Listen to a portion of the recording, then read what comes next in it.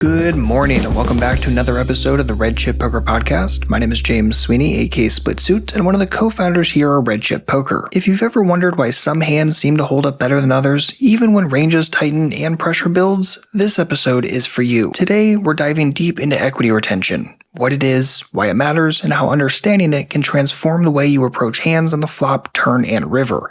Whether you're building your semi-bluffing skill set or figuring out how to more aggressively play top pair, this episode explains it all with clear examples and strategic takeaways for sharpening your post-flop edge. With that said, here's Coach Weasel to break it all down. Enjoy. What is up, guys? Welcome to the Red Chip Poker Podcast. We're going to be talking about equity retention. Recently on the Red Chip Poker Discord, a certain conversation came to my attention, and it was a conversation on the topic of valor. The term valor is not standard poker terminology. It's something that had been used at another training site by a different coach. And the idea is the term valor represents a hand's ability to improve well on later streets. A couple of things interested me about the conversation. First, it was the idea that there was maybe a gap in existing terminology, and it was necessary to create this additional term valor to describe a hand's ability to improve well on later streets. The second thing that struck me was that valor was considered a concept that wasn't really that important, more a matter of interest rather than something that actually has any strategic implications. Now, having been around in the poker streets for quite a while, the first thing that struck me is actually there is not a gap in existing terminology here. This concept of valor is already covered by existing terminology in poker, and that term is equity retention. And if you go back far enough in time, if you go back 10 years or so in the online poker streets, equity retention was a fairly high frequency topic that would crop up in discussions on poker hands. Not only was it high frequency, but it was considered a fairly important aspect of the game. Fast forward to the modern era, we don't really see the term equity retention appear as frequently in conversations about poker.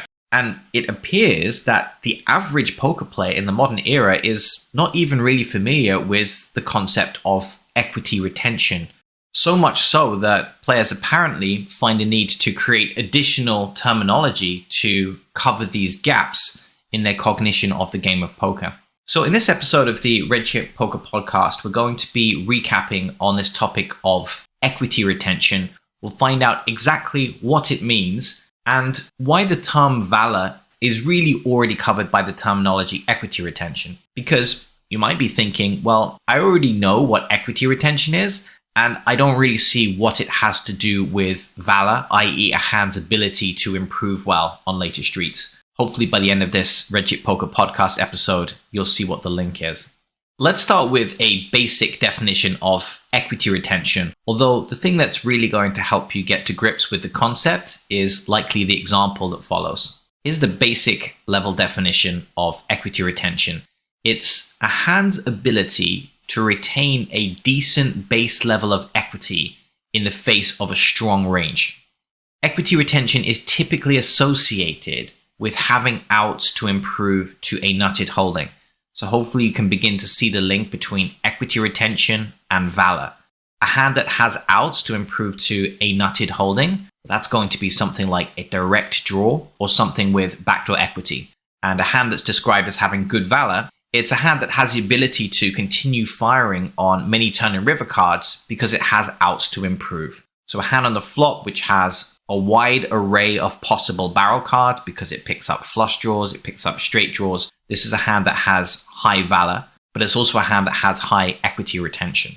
Now let's have a look at the example to really get to grips with this idea of equity retention. And we're going to start with a simple scenario. Imagine a flop texture, Jack 9-3 rainbow. You don't need to worry too much about the action for this. Just envision that specific flop texture, Jack 9-3 rainbow. And I'm going to give you a choice between two different hands that you can hold in that situation, bearing in mind you don't really know anything else about the situation. So you can either have Ace Jack offsuit, so that is going to be top pair, top kicker on the Jack 9-3 texture, or you can have 10-8 offsuit. 10-8 offsuit is an OESD on the Jack 9-3. So take a moment, what would you prefer? Top pair, top kicker, or an OESD? Now I would guess that most of you are going to pick ace-jack offsuit, and you might cite reasons such as ace-jack offsuit has more equity than 10-8 offsuit, for example. But does it? Actually, it depends. With the information that's been provided so far, we can't categorically state which of these two holdings has the most equity. So why is our brain telling us that ace-jack offsuit very likely has the most pot equity? Well, if we assume that our opponent has a very wide range, and since this is a conceptual example, we're going to push things to the extreme. Let's imagine that our opponent's range is any two cards on this flop. He played any two cards pre-flop, reaches the flop with any two. How much equity does ace-jack offsuit have? And how much equity does 10-8 offsuit have? Well, against a range of any two cards, ace-jack offsuit has 82.9% pot equity, whereas 10-8 offsuit has 52.3% equity. So both are favorites against a range of any two cards.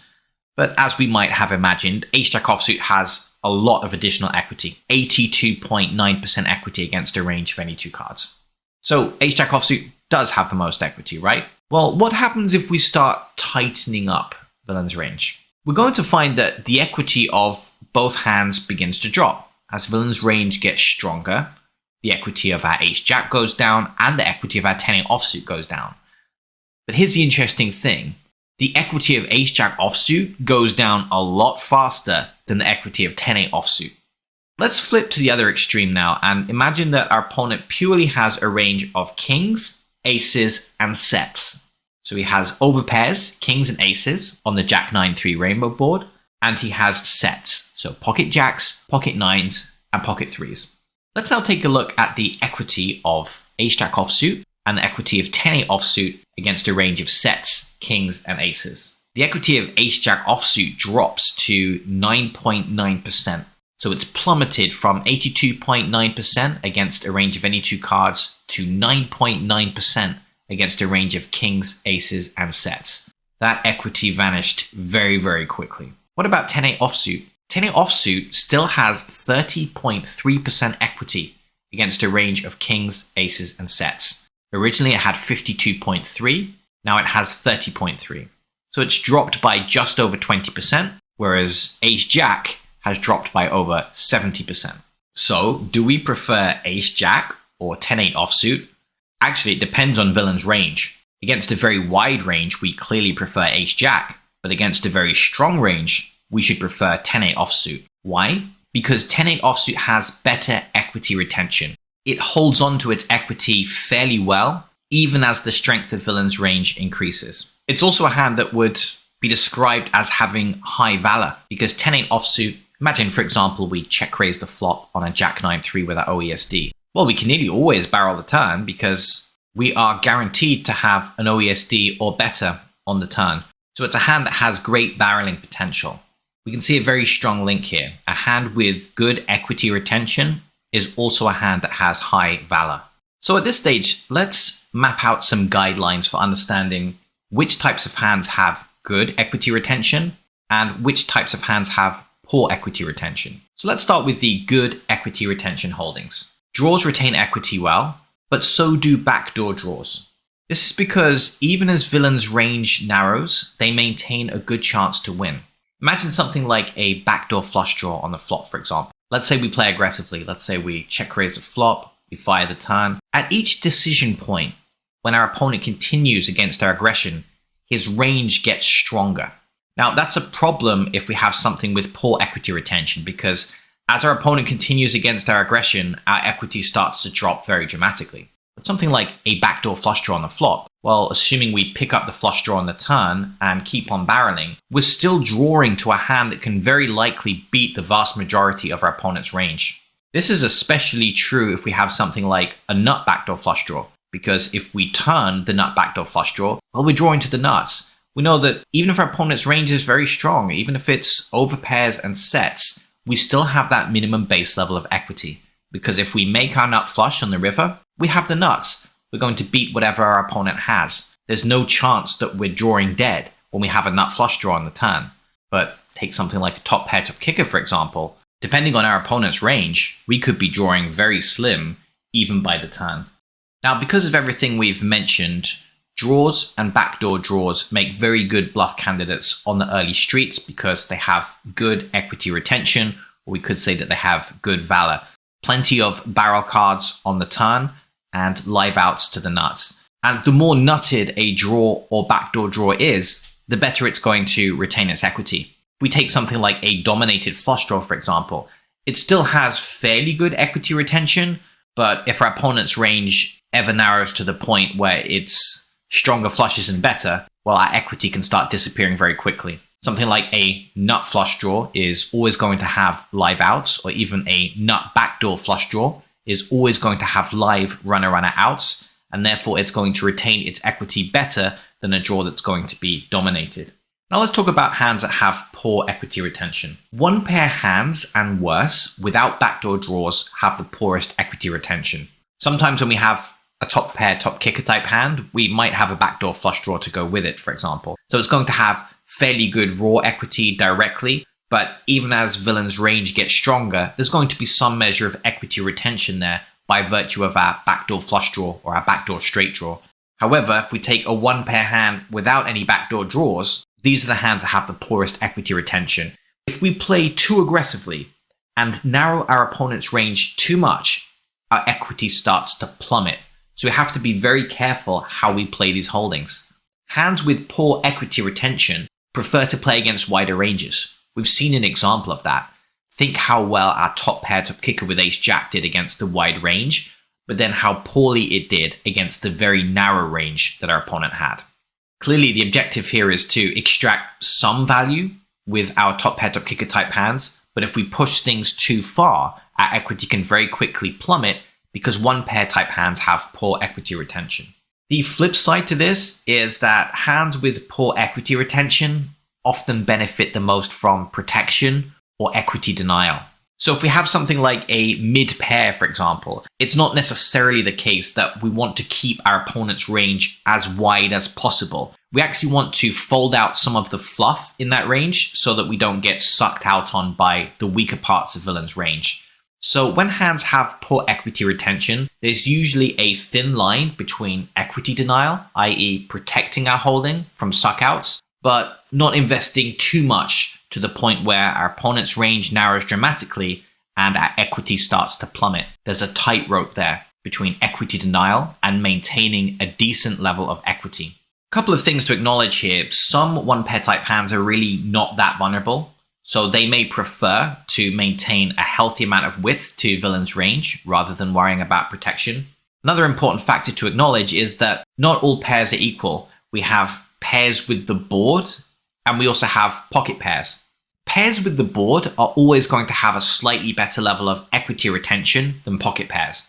The reason is fairly simple. A pair with the board can sometimes have 5 clean outs to improve to 2 pair or trips. Now, this is not the same level of equity retention as having something like a nut flush draw, because a nut flush draw is always going to be live, assuming the board's not paired. Whereas a one pair type hand with the board, yes, it has outs to make 2 pair or trips, but it's possible those outs are not even clean. So we could make our 2 pair, we could make our trips, but our opponent just had a stronger holding all along, which we were drawing dead against. So having 5 outs to make 2 pair trips does help with the equity retention of one pair type hands, but it doesn't boost that equity retention to the same level as something like a nut straight draw or a nut flush draw. Then at the other end of the spectrum, we have pairs that have terrible equity retention. Think about things like pocket pairs, for example. They only have 2 outs to improve to a set, and if it's a fairly low pair, well, the equity retention of these hands is going to plummet very quickly, even as villain's range narrows slightly. However, this doesn't mean that we're necessarily playing passively in every spot, because something like a low pocket pair is also the type of hand that might benefit from some protection or equity denial, depending on whether it's strong enough to achieve that realistically. So let's now tie everything back to the Red Chip Poker Discord discussion that we mentioned at the outset on the topic of valor. Hopefully we can see that there are very strong links between the concept of valor and equity retention. In fact, I would mostly say that they are the same concept. There's not really any need for additional terminology. Probably just makes sense to recap on equity retention. Now, it's true that the term valor is focused more around backdoor potential and barreling opportunities. So it does have a slightly different focus compared to equity retention, which focuses on a hand's raw equity against different ranges rather than barreling opportunity. It's just that when a hand has good equity retention, it's basically implied that it also has good barreling opportunities because it's going to have additional outs to improve to the nuts. So although the focus of these two concepts is a little bit different, one focuses on barreling, the other focuses on equity, they're basically the same concept. And that's why I'll typically just use the term equity retention to describe this specific characteristic of a holding. So let's now recap on the link between barreling opportunities and equity retention. So we've seen that the hands with the best equity retention are backdoor draws and direct draws. They're also the hands with the best barreling potential, and as a result, very often make good semi-bluffs on the early streets. So if we bet the flop with something like a flush draw, we can say things like, well, I'll fire the turn anytime I pick up the backdoor flush draw. We can say the exact same thing with a backdoor straight draw and some kind of combo backdoor equity as well. We could barrel any straight draw on the turn or any flush draw on the turn. Direct draws, it's implied that we will definitely still have a draw on the turn. So that's almost a free barreling opportunity. If we have an OESD on the flop, we can nearly always barrel the turn. It doesn't mean that we'll necessarily barrel every turn, but it does mean that we have the option and that our hand is technically strong enough to barrel the turn. It's not like we fire with 100% frequency when we bet the flop with a straight draw, for example. Things happen, we might pick up a pair, for example, and decide that checking the turn is now the best option. One of the reasons why we love playing aggressively with backdoor equity type hands and direct draws is they have the potential to over-realize their equity. So we're going to make our flush draw a certain percentage of the time, but on top of that, our opponent is hopefully going to fold against our aggression with some frequency. So we get more than our hand is really worth. We get the ability to hit our flush draw, but on top of that, we get some fold equity. Now, mid-strength hands do have the ability to over-realize their equity as well. For example, if I bet something like a very low pair on the flop and my opponent is content to fold out a decent chunk of his overcard type holdings, well, I'm technically over-realizing my equity because although my weak pair is a favorite against my opponent's overcards, he's still folding out part of his equity share.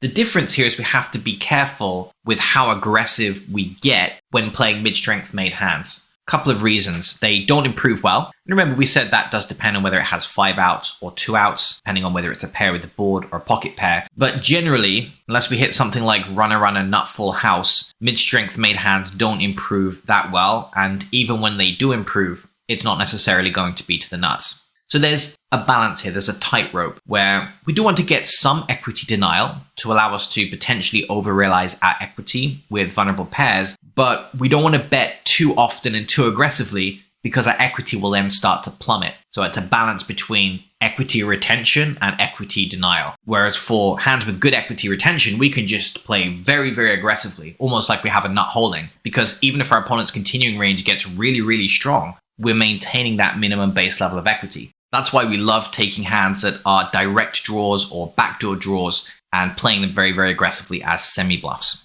Now, it's true that mid-strength hands or hands with poor equity retention can over-realize their equity through equity denial and get their opponent to fold some worse hands, i.e. fold out his equity share. But we have to keep in mind there's a limit to that. There's a point where mid-strength hands become too weak to effectively deny equity. Think, for example, we are out of position with an underpair on a very connected board. Yes, our hand is vulnerable, but that's such a bad situation for us that we can no longer really expect to effectively protect our equity. Our hand is simply too weak in that situation.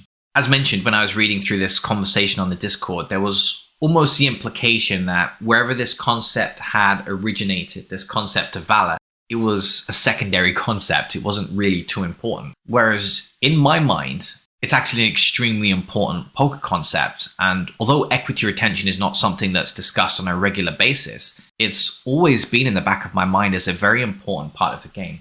Understanding that draws and backdoor draws retain equity well, understanding that mid-strength hands typically have poor equity retention, understanding these characteristics of different holdings helps us to construct the ideal strategy. In other words, if you're not very, very familiar with the concept of equity retention, I don't even fully understand how you make decisions at the poker table.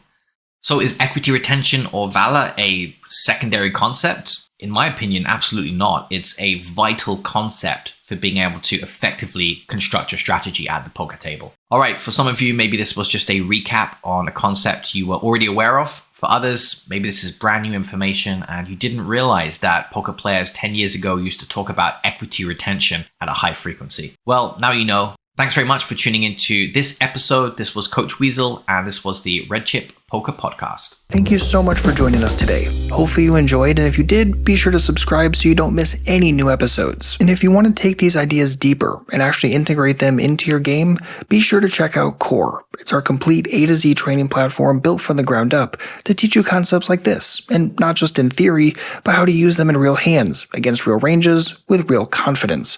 From semi-bluffing to hand strength analysis, it's all in there. Just visit redchip.poker/core to sign up today.